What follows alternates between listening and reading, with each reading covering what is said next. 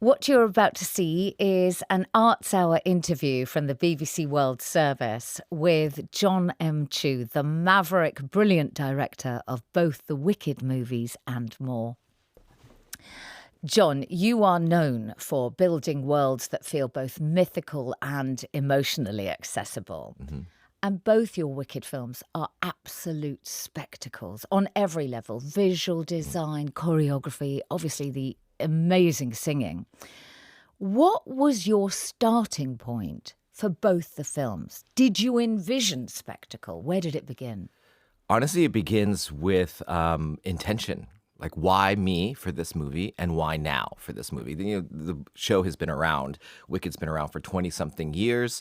When it came to my desk, it was like, of course, I love this musical. I saw it before it was ever on Broadway. Wizard of Oz is a huge part of my life growing up with my parents immigrating from Taiwan and China into the United States. This idea of dreams and the American dream are part of who I am. But why now? And for me, it was about this idea of change. And dignity in change and finding out who you are when you know the truth. It came to me during COVID lockdown. Yeah. So everything was changing all around us. Even my home felt like we were in a stranger's house because you're like, what is home? And so all those questions were happening. And I found that in the lyrics of the show itself. And that's where it starts. Of course, the visual stuff comes from expressing that idea. But it all starts from like, what are we trying to say? So there are so many layers to these films in terms of themes. Yeah. There is identity, there's friendship, there's morality. Mm-hmm. Where do you begin excavating themes? You know, sometimes it's a discovery of what theme is the one that this movie is meant to say. You know, the material has many things to say, but what's our perspective on that?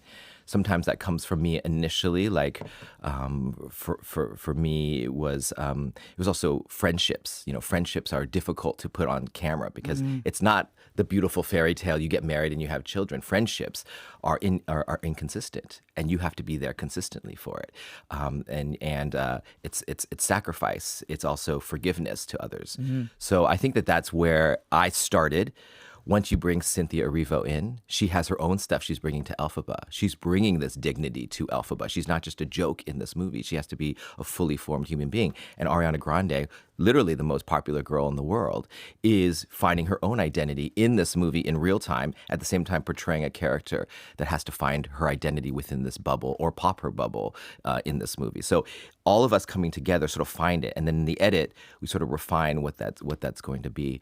And what I love about movie one, if that was sort of the fairy tale side of this, movie two is what happens when the fairy tale shatters, and what still remains of that fairy tale. Are we allowed to dream as big? And is it more of a question that we leave people in the audience with, a challenge to them? You have the power, you have the book, you have all these things. Now you know the truth. Who are you going to be? And that's sort of where we ended up in the movie, that fairy tale and the broken fairy tale. So these characters could be caricatures. They could be two-dimensional. Yeah. So what unlocked the emotional spines of both Glinda and Elphaba? Yeah, you know, we worked on this. We shot both movies at the same time. So what a feat, by the way. Isn't that and crazy? Didn't you edit them at the same time as well? Yeah, we edited them at the same time. So it was always one giant story, two sides of this coin. And I think that's what we had to discover throughout the whole movie. But we had this war room where we had all the images and all the costumes and all the colors up. And we had words of emotion in each section. Like what? Like yearning, like courage, like resentment, like betrayal. And so all the departments would come in, costumes and production design and choreography and camera, and you'd go in and you'd say, okay, what is yearning? How do we portray yearning? I can't tell you, Alice Brooks, our cinematographer, what lens we need to use. I can tell you on the day what we want to do, but like, help me tell this story in that way. And costumes, resentment. How do we make her costume feel this, like, you know, prickly spine in a soft world? Production design, you can help with the soft world, and costume, you can help with the prickly shapes of her costume. So it was storytelling. Again, we talk about the visual nature of this movie, but it's actually storytelling, and the visual is a part of that storytelling. We're all working together, including the music itself. That the music itself is actually not about big performance. It's actually about getting closer to a character, being their internal voice to what they say, which no other movie can do. And moving us, because Yeah. there were moments I saw it with a small group of people in a screening room. Yeah. Okay. Yeah. And there were people crying on either side of me, grown adults, by the way, and then a lot of laughter. And that also came from the singing, not just from the talking. That means so much. I think when you hire someone like Cynthia and Ariana, the singing isn't a separate entity. The singing comes from, emerges from their hearts. So it was never technical, which really allowed me to just focus on the emotion of a scene and where the character is, what she's struggling with. You know, we have this song, Couldn't Be Happier in For Good. And she comes out and she's on a microphone and she's singing publicly about how happy she is. But deep down, she's being crushed by this system and she feels guilty for being here. And she has to sing the words of public nature, and yet the camera's just pushing in on her for probably a minute, maybe longer than that. And at the same time, we, the audience at home, are watching her and knowing that she doesn't mean one word of this, or that she's just struggling with it. And to me, that is a perfect example of Ariana, who understands the nature of this. But us, even the mix of the sound that's coming in, it's not just her voice and not just the music. We're playing when her voice is on the microphone. You have a certain resonance of a voice on a microphone, and then we're bringing that down slowly, almost imperceptibly as she sings, to when it's much more internal. And so we're playing with this back and forth, and that's something people may never notice. They just, oh, that's just a song, but They will now. thing. But now they know. We are carefully crafting how you experience this moment. And is that in post, or can you be doing that while she's singing on the set? Well, she's singing live on set, so Yes. we're recording that as clean as possible. You know, the audience isn't applauding and all that stuff. We're adding that later. But in post, we can only do so much. In the mix after, that's where my job becomes really important, because I have to remember what we discussed on the day when we shot it, how she was feeling, what she was trying to portray, what we talked about. Into the edit, but into the mix, I have to make sure we follow through with that idea. Because in a mix, if you could put it all on a microphone, you could have the crowd cheering and she could be singing, and that's a different way to play it. The crowd is cheering and she's having this internal moment, but we have to perceive that. But what we wanted to do was kind of blend that together. And so in the mix, I have to say, hey, let's try to this back and forth. And Andy Nelson, our mixer, is amazing, multiple Academy Award. So he understands the craft of how nuanced just a performance can be. And so he's bringing it back and forth and bringing the echoes out and in. And then VFX is also there, because we have these confetti that freezes in time. So on the stage show, it's a spotlight on her. But a spotlight in broad daylight isn't a part of the language of our Wicked movie. So how do you intensify that? So we had all this confetti that was dropping suddenly freeze as she starts to sing. Yeah. And it creates a visual spotlight without being a spotlight. So all those little details, I have to make sure that the intention comes all the way through. One thing that we had Ariana on the Arts Hour. Oh, you did? Yes. Great. For your first movie. Yes. She was phenomenal. And everything that I've seen from Cynthia in interviews too, they are so utterly committed to their roles, to their craft, to you, to the film. Is that something that you all grew into together? Did you pick them because those were their traits, their good, their good ways of seeing the world? How does that all work? I think it's a little bit of both. Okay. Definitely when I'm casting, I'm looking for people who are emotionally available, who are willing to open up. That's, in my mind, what movies do, that we go to these dark places and confront dark things and try to explore it, so that people at home who don't have time to think about the dark things, who try to ignore it because you got to pay your bills, you got to feed your children, that we can go there and sort of itch that scratch that you've always felt, and maybe feel the things that you need to feel in just a little short amount of time with your attention.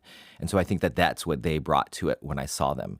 And then once we get together, then we can really explore that internal thoughts and what we're all going through in our different lives, and then find sort of a medium ground to have these characters match up and overlap in that way too. And then when I'm capturing it, I know, because of our internal conversations of what they're trying to do, what I'm trying to do, so I can capture the lens can reveal so much or not reveal so much. So it's sort of a balance of all those things together. Your films always seem to find an emotional language physically. And I just wondered in For Good whether there was a particular emotion that you really had to work on finding some way of expressing. And if so, what was that? Oh, that's a great question. I think this idea of dignity is something that I didn't think of at first. It's something that Cynthia and Ariana brought. Because the concept, it's a big concept. The Wicked Witch of the West isn't who you think she is. And even on stage, it plays as the concept.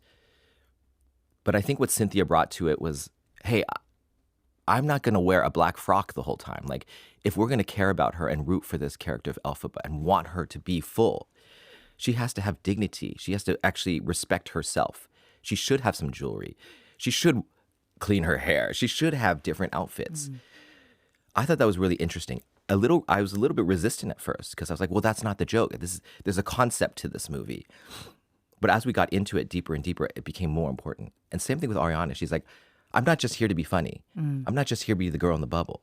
Like, if I'm going through this struggle, she knows how it feels to be somebody who everyone looks to light for, and yet she doesn't know where her light comes from. So I think that giving these two characters dignity, the power of an audience rooting for people who also know who they are deep down, even if they don't have the courage to be it at that moment, is a huge emotional driving force in this movie. And so by the end, when they can be their full self, even if their paths aren't on the same path, that we're okay with that. I found that even for myself as a filmmaker, that it changed my life. You know, I've been on this movie for 5+ years, and I always felt like I needed to prove myself and reaffirm why I deserve to be a filmmaker. And do I even know all the things? And no, I don't know all the things, but do I deserve to be here? I think after this movie, I feel like it doesn't matter what people think about it. Like, we're focused on the work, and we do the work, and however they take it is how they take it. So I think that dignity side is something that we really discovered. Your parents came to America from Taiwan. We made an Arts Hour on tour in Taipei, by the way. Oh, We wow. loved that Oh, city. yes. So they, I understand, brought you up, especially your mother sending you to music and dance classes, off to the opera. Yeah. I think you had etiquette classes too. Do you think at that age your interest in musicals was sparked? And if it wasn't, when do you think that first germ began in you? Yeah, I think it was definitely sparked back then. I mean, my mom played guitar, my grandparents played the piano, you know, they took us to shows, they loved movies, they loved TV shows. I'm named after a TV show, Jennifer and Jonathan, me and my sister, Jennifer and Jonathan, after a show called Heart to Heart, Jennifer and Jonathan Hart. I loved Heart to Heart. So they loved media. And I remember going to these shows and being enamored by the dream. You know, we're always happiest when we're daydreaming about the future. And even my name, John M. Chu, came from a show called George M. Cohan. Yankee Doodle Dandy was a movie I saw at Stanford Theater back in the day, and it was this very patriotic guy who wrote all this music. And so he always signed his name George M. And so I was like, my middle name's M. I was like probably 10 years old. I was like, I'm gonna always sign everything John M. Chu. I love that. So it was very deep in me, and I think music also, even for me and my parents, bridged a gap because they speak English very well, but they don't have all the words all the time. And sometimes music helped us understand each other in ways that I could understand their love, even if they didn't say, I love you every day. I think food did that for us as well. I think it was like, hey, language is bigger than just dialogue. And so it was always a part of, I guess, how I processed the world. And so it felt very natural when I found the camera and the lens to speak through that medium, actually. Tell me about this phrase, spectacle with soul, that's been attributed to the way that you make these big films. It's been used to describe both the Wicked films, I think. What do you think of that phrase, spectacle with soul? It's interesting. I never thought of it like that. I do think there's people are sitting and watching in the dark, and they've put their phone down. Those kind of spaces are very rare these days, especially these days. It's a cathedral of ideas, and you have their attention. I mean, I don't even speak to the people I love most for 2 hours in the dark, let alone we get a voice to the whole world. And so I have two responsibilities. One, I think, is to show the possibilities of dreaming bigger than your world, to take you away to another place so you get out of the context of everyday life, and at the same time bring you home through whether that's the emotion of the characters or actually literally deliver you home so that you can take these messages home. So everything I make, I love the big tent. I want everyone to come see it. But if I can squeeze in some idea of what it is to be human, because that's all we have, and how complicated it is. If I can say that the fairy tale is a simplistic idea, and when you get older, you don't have to discount the ideas of a fairy tale, but maybe the fairy tale has to adjust itself, that it is the messy middle, that we are both good and evil. There isn't just someone who's just evil, that every day we have a choice. To me, that is the great power of cinema, something seen big, but felt deeply. So I always try to do that just because I just think you have this great dynamic in this darkness, and you have an opportunity. Is it true that there were 9 million actual tulips in varying colors? Yes. I think we were supposed to have like 12 million, but only 9 million got planted. Wow. Yes. So how much time did you spend looking at those colors? And how did a certain color speak to you so that you knew that's the one, that's the shade, that's the gloss? Yeah, that was instinctual in some ways and by design in other ways. Color was always a part of our conversation. I mean, you can't escape color when you talk about The Wizard of Oz. No. Even in the Denslow drawings, he has these sort of color blocks that are so, if you look at the original book, those color blocks like pop from it. Their oranges are so beautiful orange. It's sort of this pastel-y, faded orange. And so for me, every step. I mean, you have iconic things like the Yellow Brick Road. What yellow are you going to use? We had every version of it. And it's not just the yellow. You have neon yellow, honey yellow, whatever. And then the lights that go on to the Yellow Brick Road, that changes the color. So we had to be in sync with not just production design, but with camera and how they were going to light it. And not just with that, I had to then see through that all the way into color timing, which you do, I did that a month and a half ago. And so if what your intention was from the beginning doesn't end up in the color timing at the end, then why are we talking about color? Because I can change that color anytime. Right. The green of her skin was really important because she had to feel like skin and not like makeup. And then that green she had to go into Emerald City. So she couldn't blend in with the Emerald City. So how is that? What's the texture of that? What's the reflection of that, of the buildings that can counter so she still doesn't just blend in with that? Yeah. All these things were considered throughout. And then, there's blue for Fiyero and his horse, and there's purple for Madame Morba. We wanted every color of the rainbow, since, of course, rainbow is a big part of Wizard of Oz sort of visualization, but also light. So we wanted the opposite of what stories may tell us, that the lies are in the light and the truth are in the dark. And by the end of this movie, by movie 2, the truth is so in the dark that it has to burst through and light comes in and they all sort of mix together. So these things were all considered, but it all had to do with where we were in the story at that moment and where the characters were at that moment. This is like choosing your favorite child, I know. Do you have a favorite moment or scene from either film that we wouldn't know what it took, perhaps? Like, we won't know why that's your favorite scene until you tell us now. Yes. But something you triumphed over or something that you took a risk on that you could tell us about. Yes, I think that the part that I felt like was something that I couldn't have thought of in my bed or with our writers trying to write the thing was this moment after For Good. One, how For Good was even shot. It's the final, musical number in this 2-movie saga, a year-long cinematic experience saga. Like, you expect big cranes and big things, but actually it's really intimate. We've earned the space for them just to be and express to each other how much they love each other. That moment after, where they go to the closet, this was not scripted at first. This was something that came out of a rehearsal. So they sang the song, and it's just me and the girls. And we're in an office building, and I didn't call cut. They just kept going with the scene. So they're making up this moment where she grabs Glinda and puts her in the closet and says, "You wait here. Everything's going to be okay. I love you." And I was on the floor. I was like, I've never felt that before. It's these things that we felt during the song, but we're never able to release because they're protecting each other. But as soon as the door closes in that closet, they get to feel the real emotions of what they're feeling. They get to be themselves in that moment. And I remember watching that, trying to write down exactly what they were saying because it was just happening. And I was like, we have to put that in the movie. That's what the missing piece that I've always been wanting.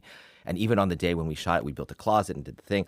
As they're doing it, I realized, oh my gosh, they need to be on either side of the door. This is like, what is this feeling when they first met on either side of the frames? So I was like, we have to blow that wall out. And the production design team was like freaking out. They're like, if you blow that wall, you can't shoot anything in this space anymore. I was like, it doesn't matter. It's happening right now. I need to take that wall out and put the camera right in the middle. Yeah. And so our whole team moved to do that. I think that's the beauty of this movie. We are so caught in computer, AI and generative ideas, and that, to me, these little things, like the door isn't straight, that this moment couldn't have been written. Otherwise, we would have thought that was ridiculous, or the actors themselves were like, I can't conjure that up. The fact that we can follow our human error and our human instincts make this movie, as grand and as big as it is, as humanly errored as possible. And I think that's actually why people are attached to this. Yes, it's easy to say, wow, the color and the camera and all that.